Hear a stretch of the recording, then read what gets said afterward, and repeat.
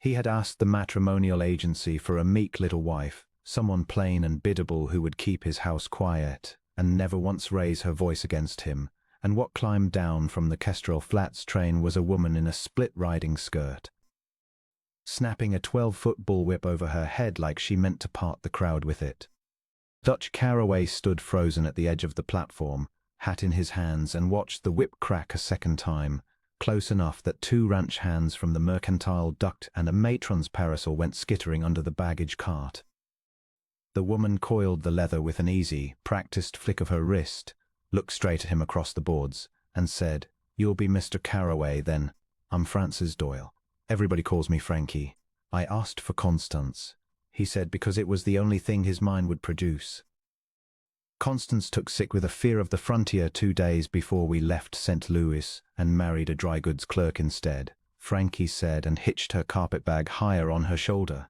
"The agency didn't want to lose the fee, so they sent me. I filled out every line of the form myself. I can cook, I can sew, I can shoot, and I can drive a 6-mule freight team through a canyon in the dark, which is a deal more than plain and biddable ever got anybody through a Wyoming winter." Around them the platform had gone very quiet, the way a town goes quiet when it senses a story worth telling twice. Dutch felt the heat climb his neck. He had written that agency letter alone at his kitchen 8 months ago, after Ruth Anderley broke their engagement, with a note left on his porch rail, and rode east on the same train that was supposed to carry her to their wedding.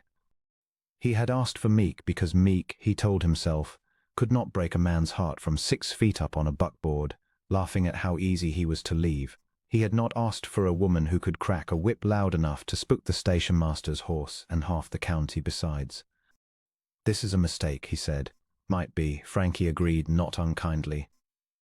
"But I already gave up my room in St. Louis, and I've got $11 and a whip to my name, so unless you mean to put me back on that train, Mr. Caraway, I expect we'd best go see this ranch you wrote so proudly about in your letters." He did not put her back on the train. He told himself later it was only because it would have been cruel, and because half the town was watching, and a Caraway did not make a spectacle worse than it already was. He loaded her single trunk into the wagon bed himself, feeling the eyes of Kestrel Flats on his back the whole while, and said not one word the entire 6 miles to the ranch. Frankie, for her part, talked enough for both of them, naming every bird that crossed the road, asking after his cattle count as though she had a right to know it, and remarking, apropos of nothing, that the country was prettier than any of the agency's pamphlets had let on. The ranch foreman, Silas Pruitt, met them at the barn with his hat pushed back and his mouth already working toward trouble. "Word's already come ahead of you," he told Dutch low, while Frankie was still climbing down from the wagon and shaking dust from her skirt. "Cracked that whip clean over Ezra Pratt's mule team outside the depot. Half the hands think you've married yourself a circus act, and the other half think you've married a woman meaner than Bellamy's dogs." "I haven't married her," Dutch said. "Not yet. There's a waiting month, per the agency's custom. Then there's still time," Silas said, and did not sound like he was joking.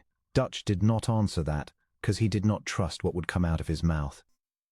He had 3 months before the bank note came due on the North Pasture loan he'd taken to survive the bad winter, 4 hands who might quit if the ridicule got worse, and a rival to the east, Cyrus Bellamy, who had been offering to buy him out at half value every season for 3 years running and would not be sorry to see him fail. A wife who set the whole county laughing was the last complication he needed, but she cooked supper that first night without being asked, and it was good, real biscuits. Real gravy, none of the burnt, apologetic messes he'd half expected, and she did not once apologize for the whip or for anything else, and something in him, some tight and guarded thing, noted that with an unease he could not name. Word of the whip-cracking bride reached the church social inside a week, as Dutch had known it would.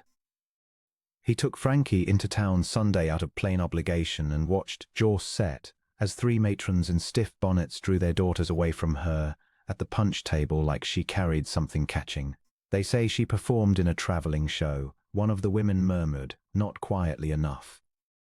"Cracking whips for coin, imagine. I drove freight," Frankie said, turning to face them square, her voice pleasant and carrying and entirely unbothered. "For my father 6 years, through country that would have swallowed most men whole. If that offends your Sunday, ladies, I'm sorry for you, because it's the plain truth and I've no intention of pretending otherwise to spare anybody's delicate notions. The matrons coloured and found somewhere else to be. Dutch, standing a pace behind her, felt something shift in his chest that he refused that day to examine, something that looked a good deal like pride, dressed up as embarrassment so he wouldn't have to call it by its right name. You didn't have to answer them, he said on the ride home. No, Frankie agreed, but I won't be shame-quiet, Dutch. Not by strangers with nothing better to do than gossip, and not by you either, if it comes to that. I know you didn't ask for a woman like me. I'm not going to apologize for being one. He drove the rest of the way in silence, but it was a different silence than before, and she let it sit between them without pushing further, which he noticed too, and did not know what to do with. Frankie knew within her first week exactly what kind of trouble she had married into, though the wedding itself had not yet happened. She saw the thin ledger he kept locked in his desk, and did not pretend she hadn't glimpsed the columns when he left it open one distracted evening. She saw the way Silas and the hands watched her sideways, waiting for her to prove herself either useless or worse. And she saw on her fourth morning a rider from the Bellamy spread leave a folded paper stuck under the porch door latch, an offer to buy the north section before matters get any harder for you, Caraway, and she understood that her husband-to-be was not merely embarrassed by her arrival. He was drowning, quietly, and too proud to say so anyone, least of all a stranger sent west by an agency. She had not come looking for an easy man. Her own father had freighted goods through the Rockies with a whip and a wagon and half his fingers lost to frostbite, and she had learned early that a hard life did not frighten her half so much as an idle one did. She had answered the agency notice because St. Louis had nothing left to offer a woman with no family and no fortune, but a strong back and a stronger will, and because something in Dutch Caraway's stiff, formal letter, the careful handwriting, the single unguarded line about his late mother's rose bushes, which he still tended though she'd been gone 6 years, had told her there was a decent man buried under all that caution. She meant to find him, whatever it cost her in blistered hands and county gossip. She started by doing the things she did best. On the 5th morning she walked out to the corral where a green colt was pitching young Del Ackers into the dirt for the 3rd time running, and she climbed the rail, and she asked, plain as anything, whether anyone objected to her taking a turn. Nobody objected out loud. Dutch, coming from the barn with a bridle over his shoulder, opened his mouth to object very loud indeed, and then simply stood there.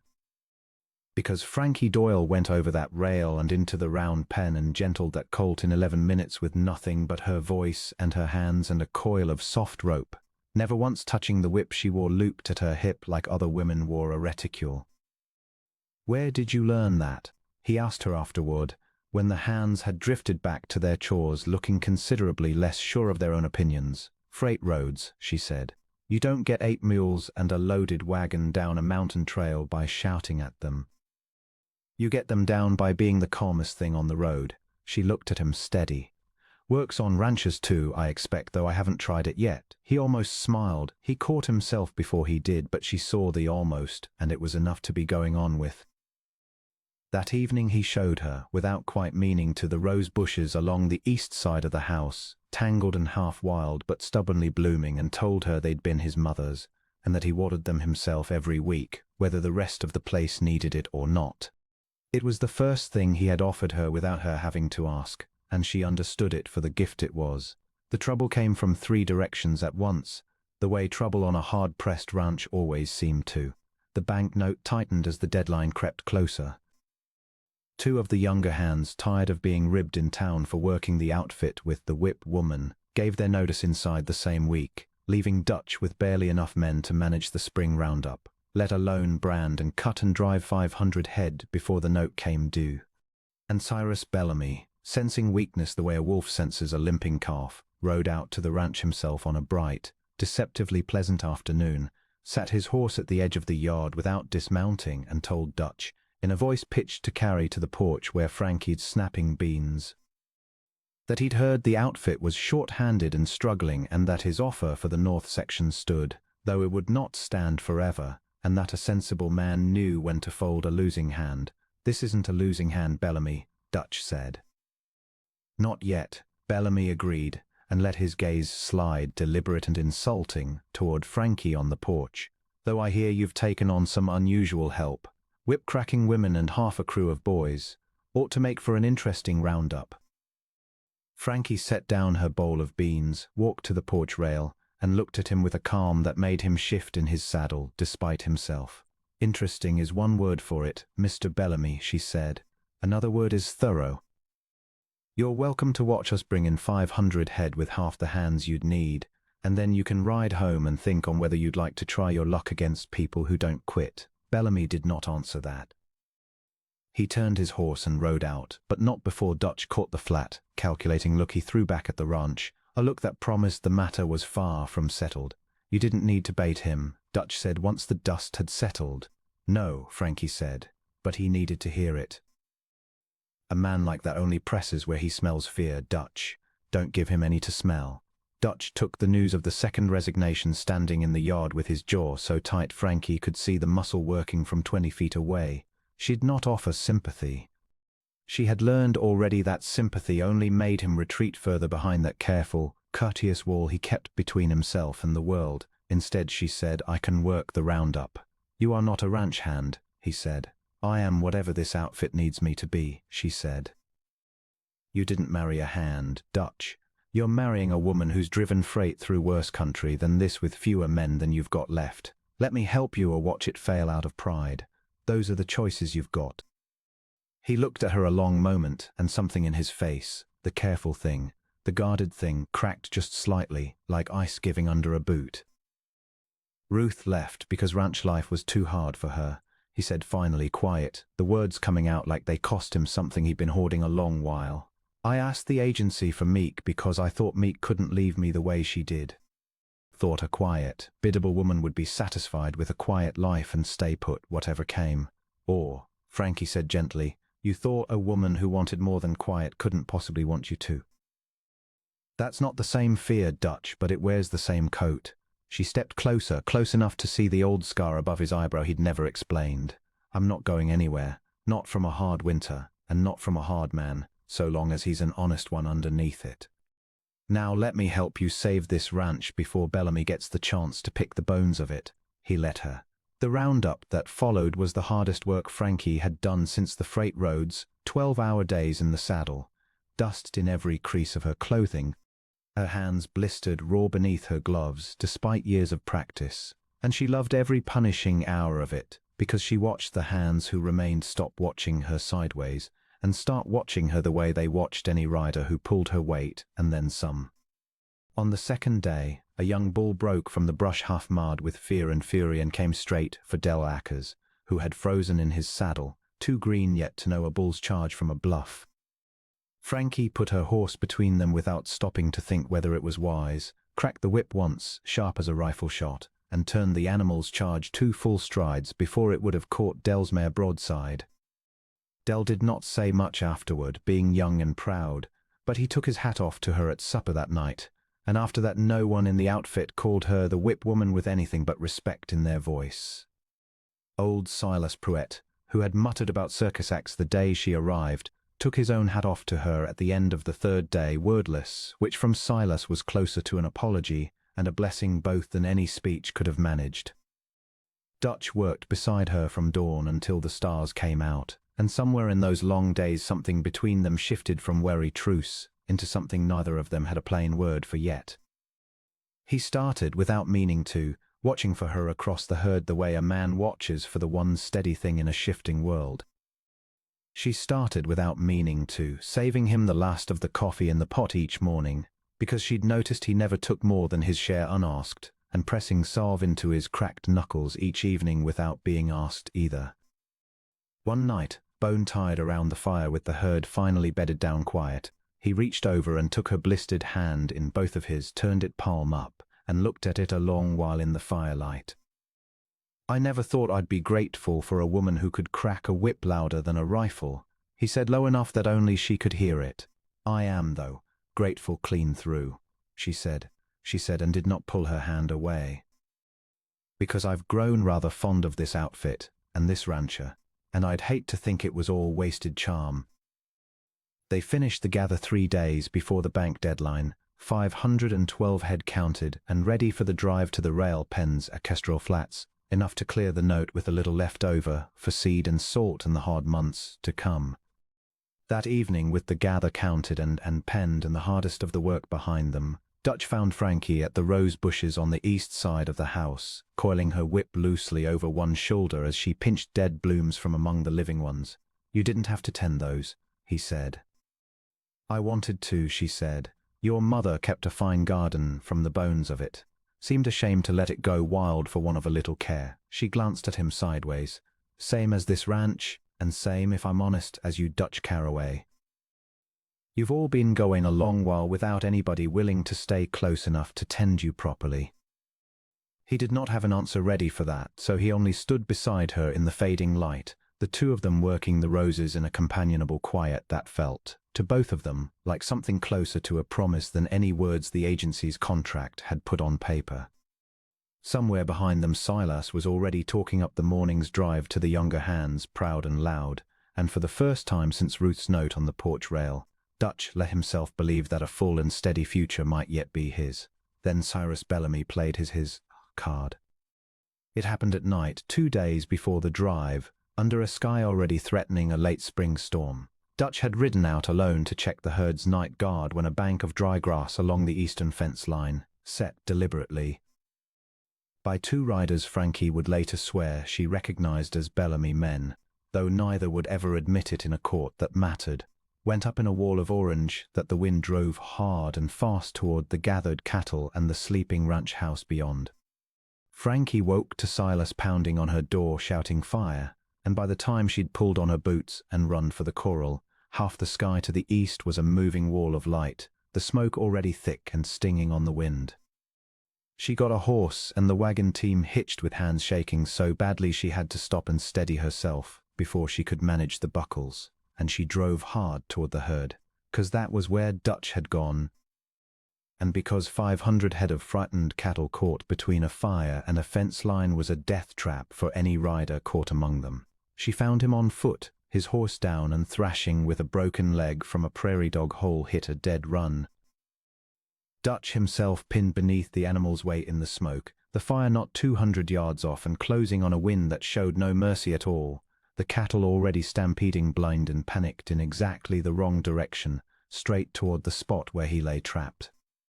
There was no time for fear, and so Frankie did not let herself feel any. She drove the wagon team as close as she dared, leapt down, and put herself between the oncoming edge of the running herd and the man she loved, because she understood in that instant, with a clarity that startled her even as it steadied her hands, that she did love him, plainly and completely, and had for weeks, without quite saying the word to herself even in the privacy of her own thoughts. She uncoiled the whip.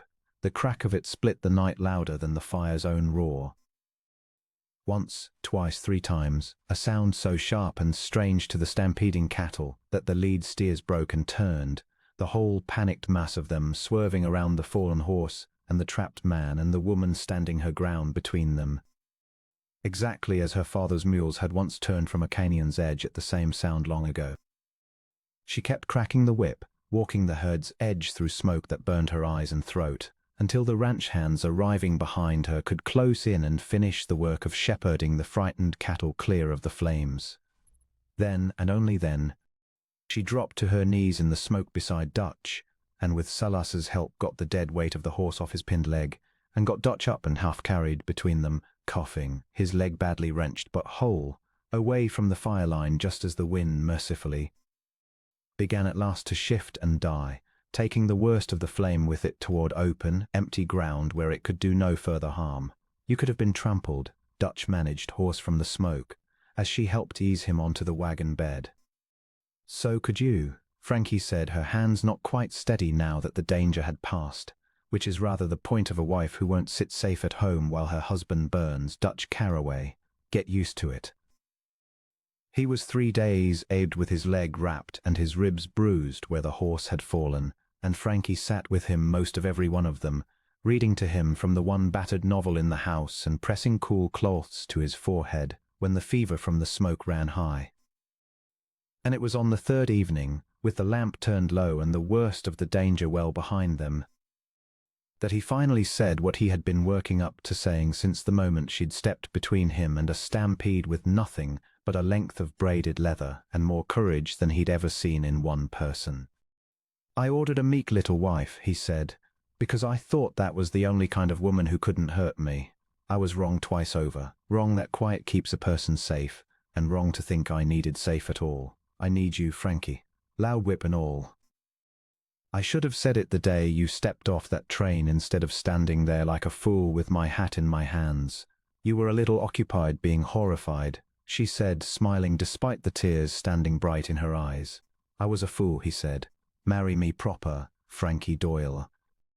Not because the agency's waiting month is nearly up, because I can't imagine this ranch or my life without you cracking that whip somewhere close by, arguing with me at supper, and saving my fool neck when I've gone and got myself pinned under a horse." She took his hand, careful of the bruising, and pressed it to her lips. "I already told you," she said. "I'm not going anywhere."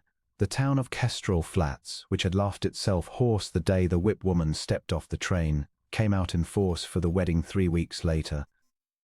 And old Ezra Pratt, whose mule team had started the whole story, gave the bride away himself with his hat over his heart, and told anyone who'd listened for years after that he'd never seen a happier, sturdier match ride out of that depot in all his born days. Cyrus Bellamy did not trouble the Caraway Ranch again. Word of the fire, and of the woman who'd turned a stampede with nothing but a whip crack and pure nerve, made certain no one in 3 counties wanted to cross her a second time, and he sold his own outfit and moved on before the year was out.